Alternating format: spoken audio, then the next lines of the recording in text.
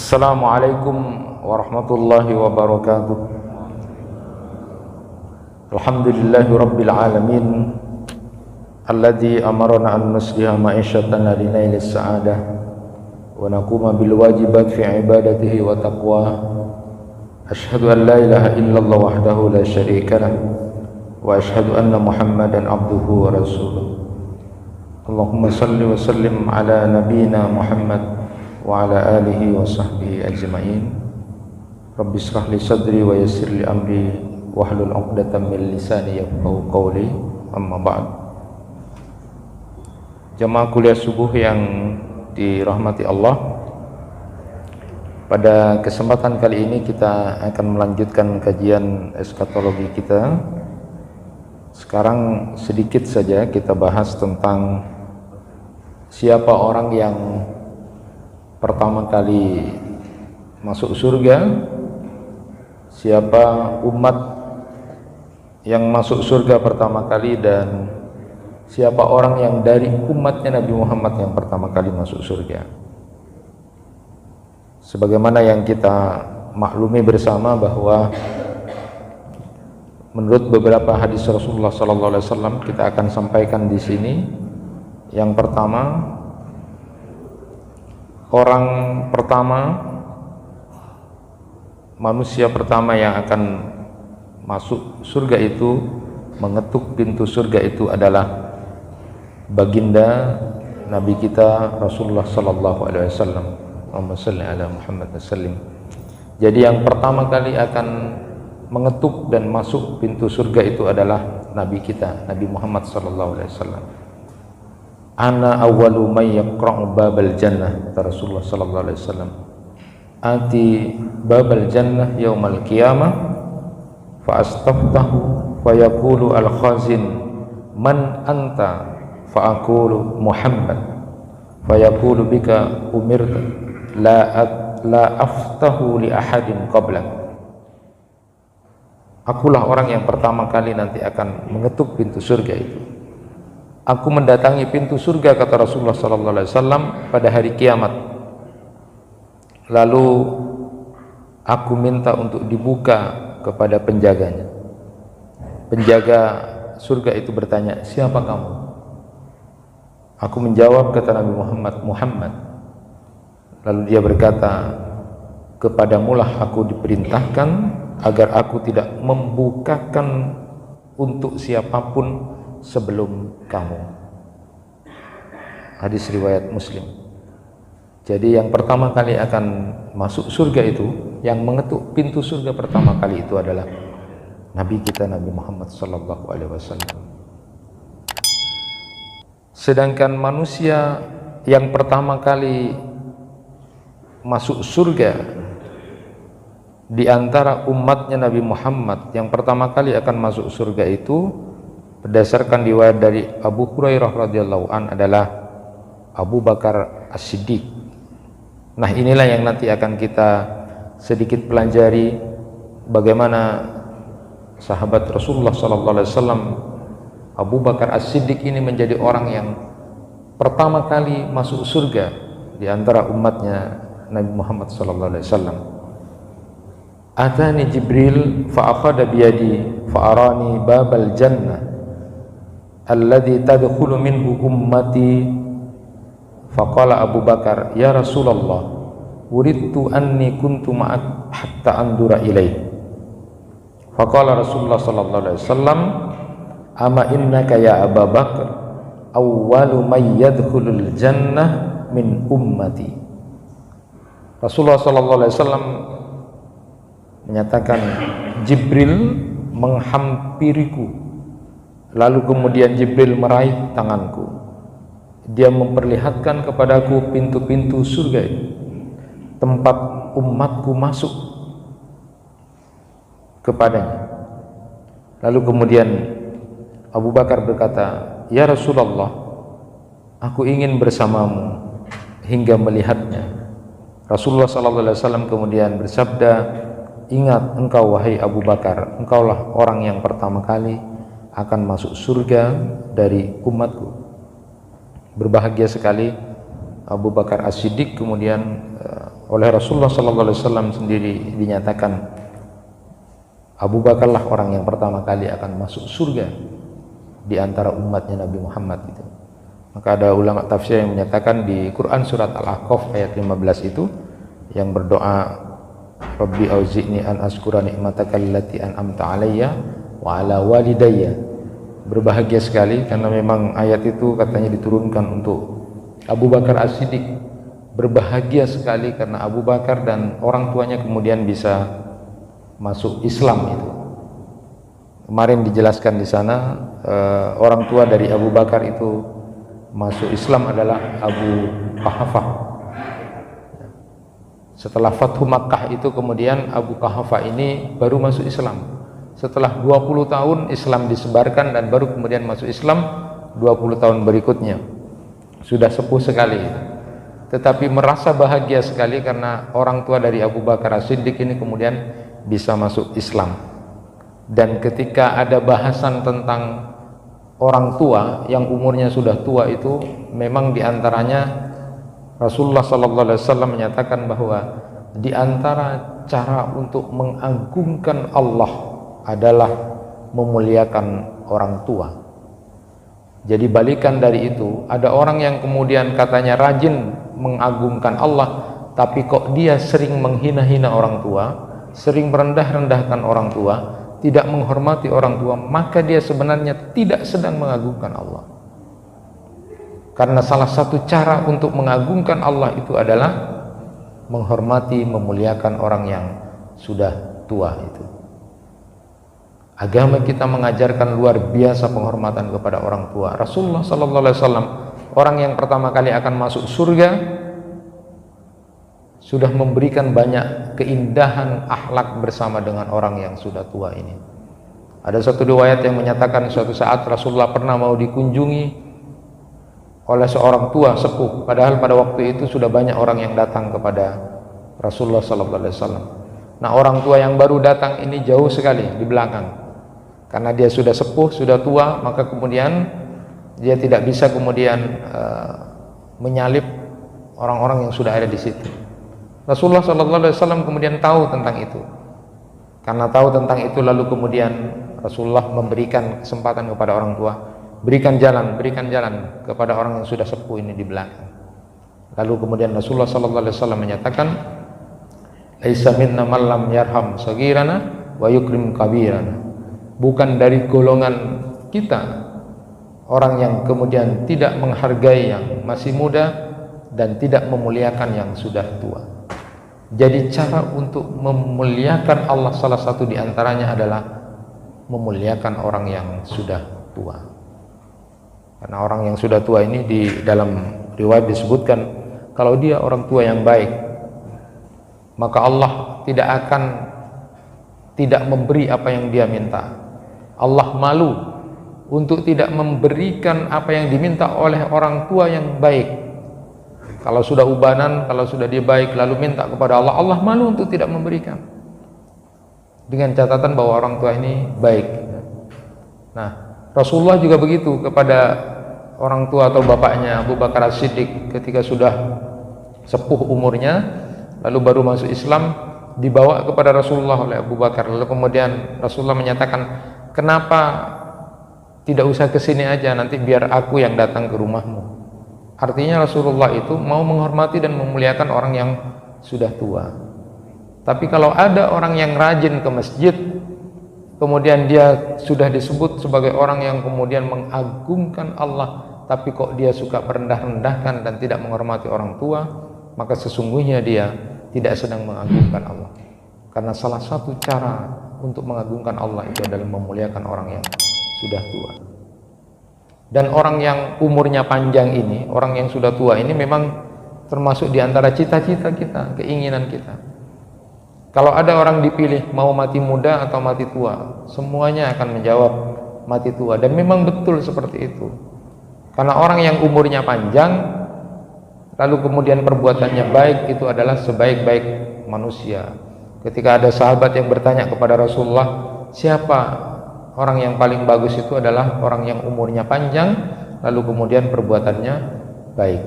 Bahkan Ali bin Abi Thalib pun tidak suka mati muda. Kalau bisa mati kemudian dalam keadaan tua. Kenapa? Karena lebih mengenal, lebih arif, lebih menjadi orang yang taat, lebih menjadi orang yang baik ketika sudah tua. Maka ada seorang yang kemudian ke masjid itu, seorang ulama besar itu, ketika melihat ada orang yang sudah sepuh gitu kan, jalan saja susah gitu ke masjid. Lalu kemudian ditanya, Syekh gitu, apa Anda suka mati atau tidak gitu. Lalu dia menjawab, kalau bisa jangan gitu, saya tidak suka mati. Kenapa katanya? Kenapa tidak suka mati? Karena aku berbahagia sekali dengan keadaanku sekarang. Saya mau berdiri saja mengucapkan bismillah katanya.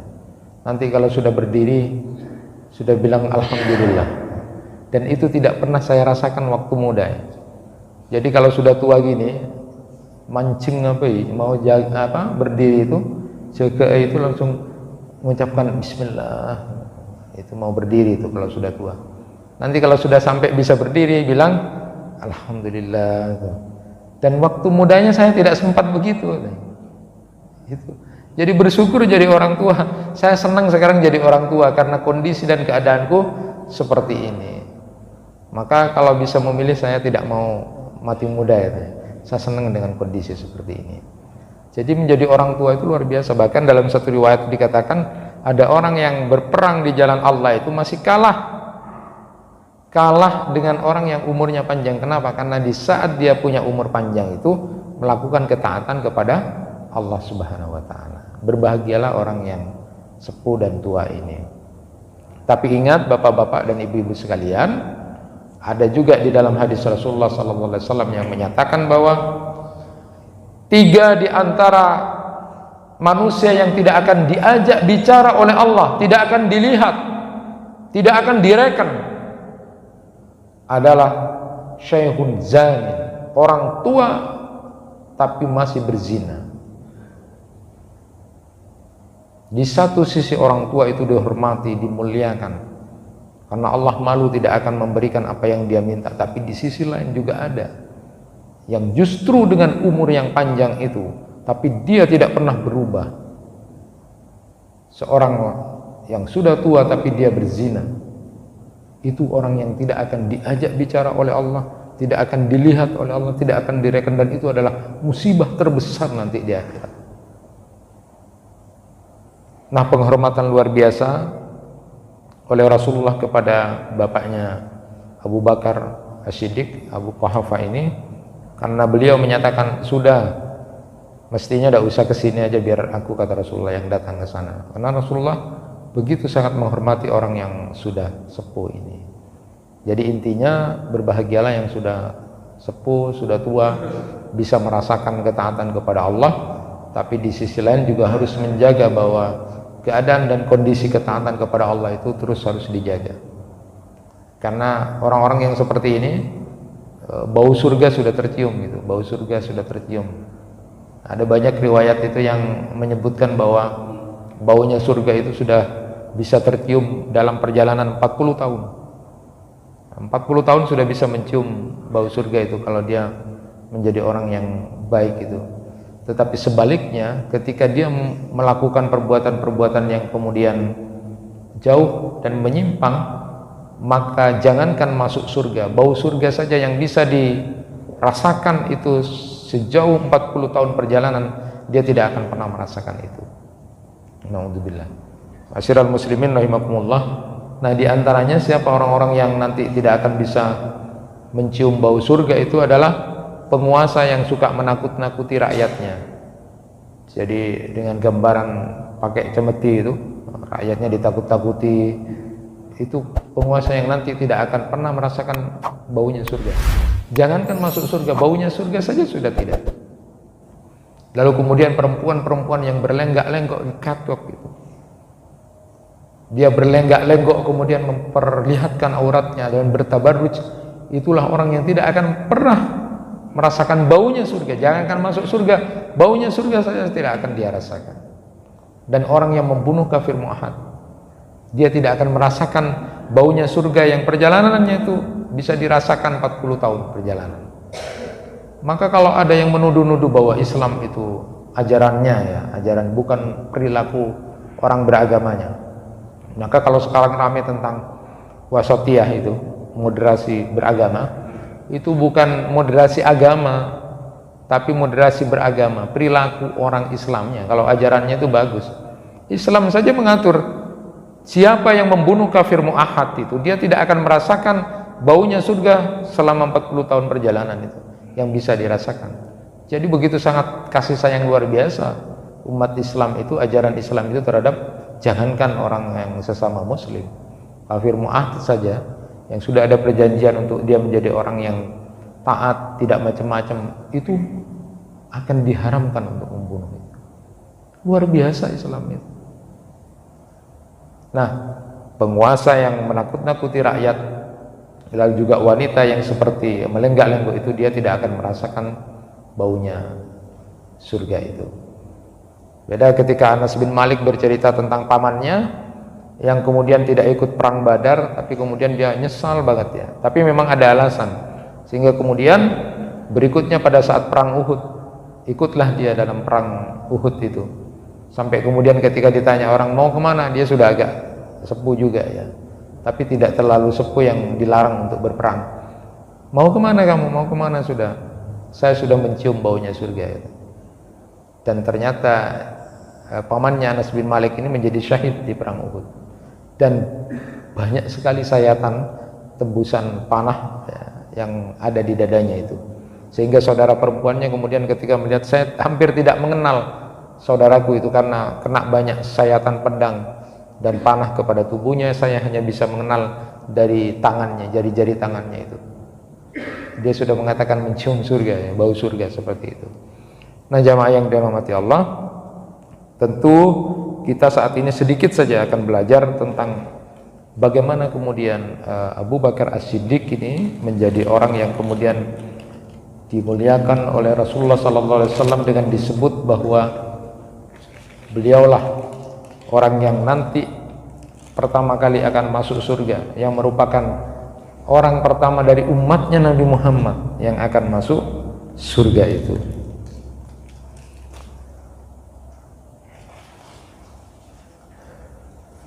Abu Bakar As-Siddiq ini, kita tahu nama beliau itu adalah Abdullah bin Utsman At-Taimi, dan beliau diberikan julukan atau gelar As-Siddiq itu adalah memang diberikan oleh Rasulullah SAW.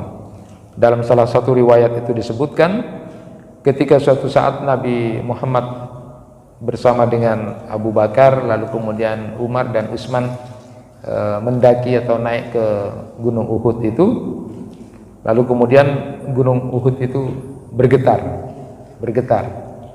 Saat Gunung Uhud itu bergetar, lalu kemudian Rasulullah SAW menyatakan, uskun Uhud, falaisa alaika illa nabiyyun wa siddiqun wa syahidan.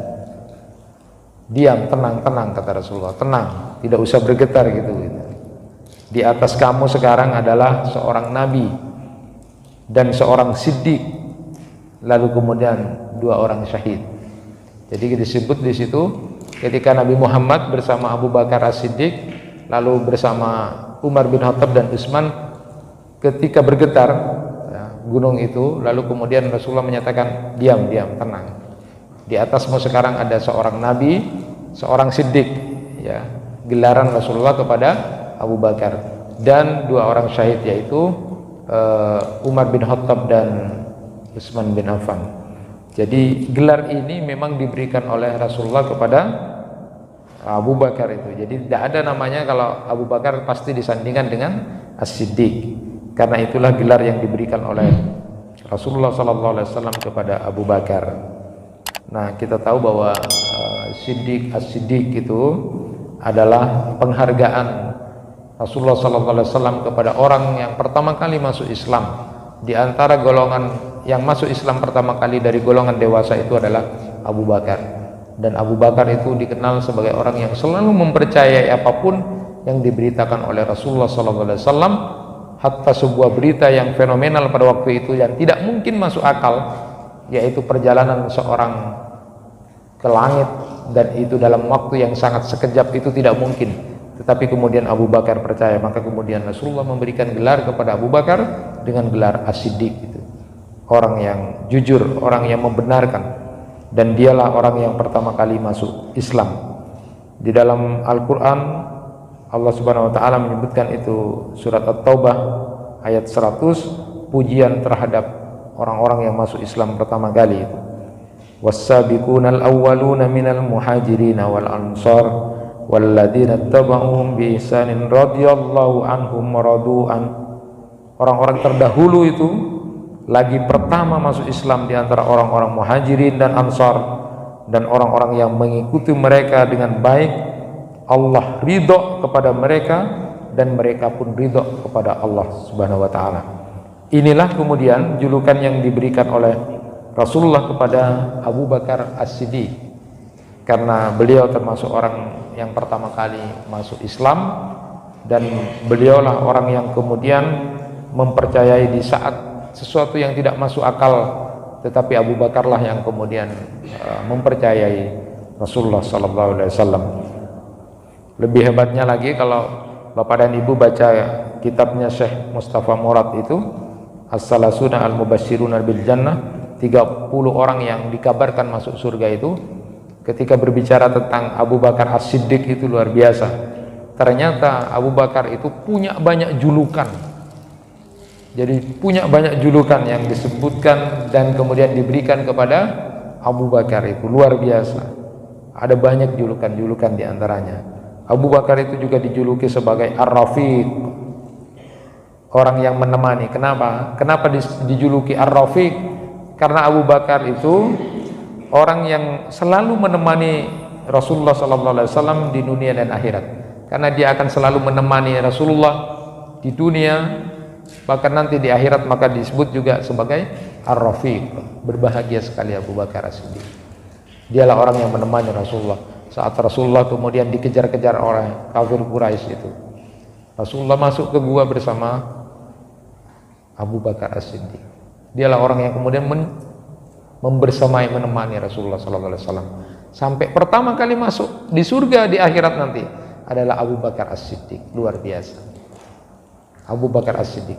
Kalau kita berharap terus berdoa supaya bisa bersama dengan Rasulullah SAW, dan doa yang selalu kita baca yang diajarkan oleh Ibnu Mas'ud itu, direkomendasi oleh Rasulullah kalau mau belajar tentang doa yang bagus yang kita minta kepada Allah, diantaranya adalah doa yang dibacakan oleh Ibnu Mas'ud itu, kata Rasulullah.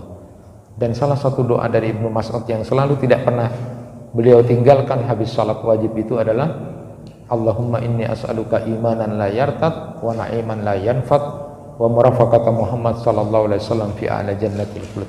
Berdoa kepada Allah, minta agar imannya tidak sedikit pun murtad, lalu kemudian kenikmatan itu tidak berhenti di dunia, tapi bisa dirasakan terus bersambung, bisa mendapati surga, lalu kemudian bisa bersama dan menemani juga Rasulullah SAW di surga yang paling tinggi. Ini doa yang kemudian dibacakan, selalu dibacakan oleh Ibnu Mas'ud, dan Rasulullah memberikan rekomendasi kalau mau baca doa seperti yang dibacakan oleh Ibnu Mas'ud itu. Nah, Abu Bakar As-Siddiq ini diberi gelaran Ar-Rafiq, bukan cuma As-Siddiq ya, tetapi juga Ar-Rafiq, karena beliaulah orang yang selalu menemani Rasulullah di dunia, bahkan nanti di akhirat. Karena orang yang pertama kali akan masuk surga di antara umatnya Nabi Muhammad itu adalah Abu Bakar As-Siddiq.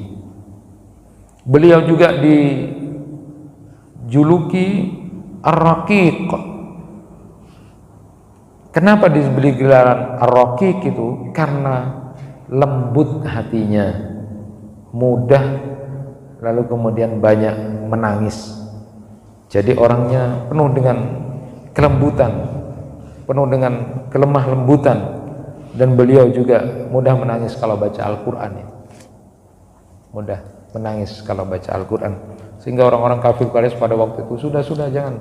Abu Bakar masuk Islam pertama kali itu, wah ini gawat, ini sudah terang-terangan kalau sudah dilihat orang kecintaannya ketika membaca Al-Quran itu. Nah, Abu Bakar As-Siddiq ini luar biasanya, dan ini yang akan kita pelajari sedikit dari sifat-sifat Abu Bakar As-Siddiq, orang yang kemudian termasuk di antara satu dari umatnya Nabi Muhammad yang disebut sebagai orang yang nanti akan masuk pertama kali ke surga karena punya kelemah lembutan hati. Orangnya suka pemaaf, lalu kemudian dia meleran itu, suka menangis itu. Makanya disuruh jangan jadi imam itu, karena kalau baca-baca ayat Al-Quran, apalagi yang baca tentang neraka itu, suka kemudian menangis. Nah, kita tahu cerita yang sudah sangat masyhur dan populer, lemah lembutnya dan pemaafnya Abu Bakar As-Siddiq, dan ini yang harus kita tiru. Karena di antara kita belajar kenapa Abu Bakar As-Siddiq menjadi orang pertama kali dari umatnya Nabi Muhammad masuk surga itu adalah di antaranya karena dia punya sifat ar-raqiq gitu. Diberi gelaran ar-raqiq karena orangnya lemah lembut hatinya, suka memaafkan. Nah, riwayat yang masyhur adalah pada saat putri beliau sekaligus adalah istri dari Rasulullah SAW, Aisyah radhiyallahu anha, yang dikenal dengan peristiwa hadisul ifki, fitnah yang menyebar di mana-mana bahwa Aisyah itu putri dari Abu Bakar As-Siddiq itu melakukan perselingkuhan dengan seorang sahabat Rasulullah SAW. Dan pada waktu itu salah satu yang menyebarkan berita fitnah keji itu adalah Mistah bin Usasah, ya. Keluarga yang tidak punya dari keluarganya Abu Bakar, kerabatnya Abu Bakar yang memang miskin, tetapi yang menyebar-nyebarkan fitnah bahwa Aisyah radhiyallahu anha itu berselingkuh adalah salah satu diantaranya adalah Mistah bin Usasah, keluarga kerabat dari Abu Bakar yang sudah sering dibantu oleh Abu Bakar As-Siddiq, tapi kok dia tega-teganya kemudian menyebarkan fitnah kemana-mana. Nah, itulah yang membuat manusiawi kalau kemudian Abu Bakar tidak akan membantu lagi kepada Mistah bin Usasah itu. Maka kemudian ketika ada keretakan hati, tidak akan bantu lagi karena sudah keterlaluan dibantu kok seperti itu. Lalu kemudian Allah Subhanahu wa taala di dalam Quran surat An-Nur ayat 22 itu menyebutkan wala ya'tali ulul fadli minkum was-sa'ah iyutu ulil kurba wal masakin wal muhajirin fi sabilillah wal ya'fu wal yasfahu ala tuhibbuna ayaghfirallah lakum wallahu ghafurur rahim. Nah, jangan kamu kemudian bersumpah untuk tidak memberikan sesuatu kepada orang yang tidak punya, kepada orang-orang miskin. Kalau kamu diberikan keluasan rezeki, jangan kemudian ada getaran hati untuk tidak memberikan bantuan.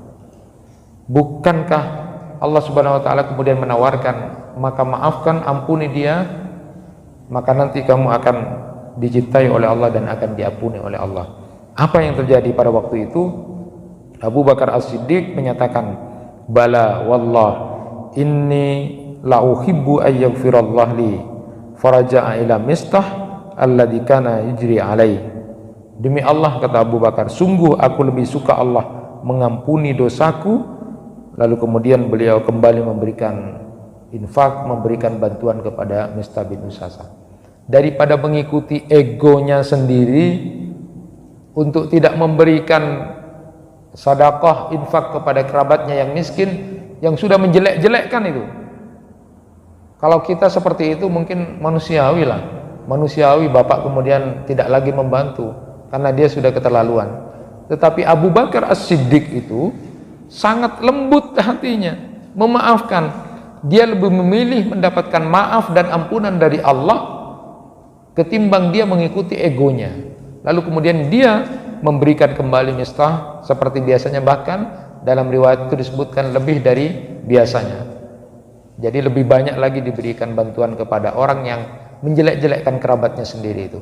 Kalau bapak dan ibu seperti itu, kira-kira bisakah posisinya seperti itu? Maka pantas dan layak kalau kemudian Abu Bakar itu diberi julukan sebagai ar-raqiq karena dia adalah orang yang kemudian punya kelemah lembutan hati dan pemaaf, dan dia lebih memilih untuk dapat maaf dan ampunan daripada Allah daripada kemudian dia mengikuti egonya sendiri. Mungkin beda dengan kita. Kalau kita berada dalam posisi gitu, Pak, Ibu, sudah dibantu-bantu kerabatnya, terus kok dia yang memfitnah, menjelek-jelekkan, habis Bapak tidak akan memberi. Kalau ada tawaran Allah, jangan begitu, teruskan bantuan, kamu akan dapat ampunan dari Allah dan maaf. Latinara, keterlaluan. Mungkin bisa begitu. Nah, maka kemudian wajar dan pantas kalau kemudian hebatnya Abu Bakar As-Siddiq ini menjadi manusia orang pertama dari umatnya Nabi Muhammad yang masuk surga. Belajarlah dari itu, teruslah mengasah untuk menjadi seperti itu. Nah, kemudian beliau juga diberi julukan Ar-Rahiq, karena apabila dia berada di satu kaum, lalu kemudian dia agak lama di sana, maka Abu Bakar itu selalu ingin mengajak orang ke Islam, berdakwah terus, ngajak orang. Jadi jangan berhenti, terus ngajak. Urusan berhasil atau tidak itu terserah. Yang penting ketika Abu Bakar itu berada di satu tempat dan agak lama, dia selalu mengajak kepada kebaikan, terus mengajak kepada Islam. Bapak, Ibu, kalau kemudian pergi ke satu tempat mau agak lama, jangan malas-malasan, diam di situ, jangan. Teruslah melakukan sebuah kebaikan-kebaikan. Nah, Abu Bakar itu diberi gelaran Ar-Rahiq karena beliau itu tidak pernah tidak memanfaatkan waktu. Jika dia pergi ke satu tempat dan dia waktunya mungkin kalau kita 1 bulan lama, dia tidak berhenti, tidak malas-malasan, dia selalu aktif untuk mengajak kebaikan. Bisa kita tiru seperti itu. Kemudian beliau juga diberi gelaran As-Sibaq. Dia adalah sahabat Nabi yang selalu cepat dan sering untuk melakukan kebaikan-kebaikan. Dan ini sudah kita mafhumi bersama. Ada banyak cerita tentang ini. Ketika suatu saat misalnya Rasulullah SAW bertanya, siapa yang hari ini dalam keadaan puasa? Man asbaha minkumul yaum shaiman. Qala Abu Bakar, ana ya Rasulullah. Siapa yang hari ini puasa? Saya ya Rasulullah, kata Abu Bakar. Faman tabi'a minkumul yauma janazah. Qala Abu Bakar, ana ya Rasulullah. Siapa yang hari ini mengikuti jenazah, dia sholat lalu mengantar jenazah? Saya, kata Abu Bakar. Faman at'ama minkumul yauma miskinan. Siapa yang hari ini ngasih makan orang miskin? Abu Bakar menyatakan, saya ya Rasulullah. Lalu kemudian Rasulullah SAW bertanya lagi, faman ada minkumul yauma maridan. Siapa yang hari ini jenguk orang sakit? Lagi-lagi Abu Bakar, saya ya Rasulullah. Lalu kemudian Rasulullah menyatakan, majtama'nu fi imri'in illa dakhalal jannah. Tidaklah amal-amal kebaikan itu berkumpul pada seseorang kecuali dia akan masuk surga. Hadis riwayat Muslim. Jadi hebatnya Abu Bakar itu menjadi diberi gelaran bukan cuma As-Siddiq tapi As-Sibaq, karena beliau itu suka banyak melakukan amal dalam satu hari itu. Dia tidak pernah kemudian tidak memanfaatkan waktu itu. Jadi ketika Rasulullah bertanya kepada jamaah pada waktu itu, hari itu juga tanya, siapa yang hari ini puasa? Saya ya Rasulullah. Siapa yang hari ini jenguk orang sakit? Saya ya Rasulullah. Siapa yang hari ini mengantar jenazah, salat lalu mengantar ke kuburan? Saya ya Rasulullah. Siapa yang hari ini ngasih makan orang miskin? Saya ya Rasulullah. Maka Rasulullah sampai kemudian memuji Abu Bakar, siapa yang kemudian berkumpul dalam satu waktu itu banyak melakukan kebaikan, maka tidak ada balasan kepada dia kecuali dapat surga. Dan Abu Bakar itu seperti itu. As-Sibaq, diberi gelaran sebagai orang yang kemudian cepat sekali, banyak sekali melakukan kebaikan dalam satu waktu itu. Bahkan cerita yang sudah masyhur juga ketika kemudian ada perintah tentang sedekah itu, in tubdus sadaqat fa ni'mahi wa in tukhfu wa tu'tuha al-fuqara fa huwa khairul lakum. Jika dia menampakkan sedekah, maka itu adalah baik sekali. Jika dia menyembunyikannya dan kamu berikan pada orang-orang fakir, maka menyembunyikan itu lebih baik bagimu. Nah, ketika menjelaskan ini, Ibnu Katsir di tafsir beliau ini berkaitan dengan Abu Bakar dan Umar. Saat ada seperti itu, Umar bin Khattab sudah memberikan separuh hartanya.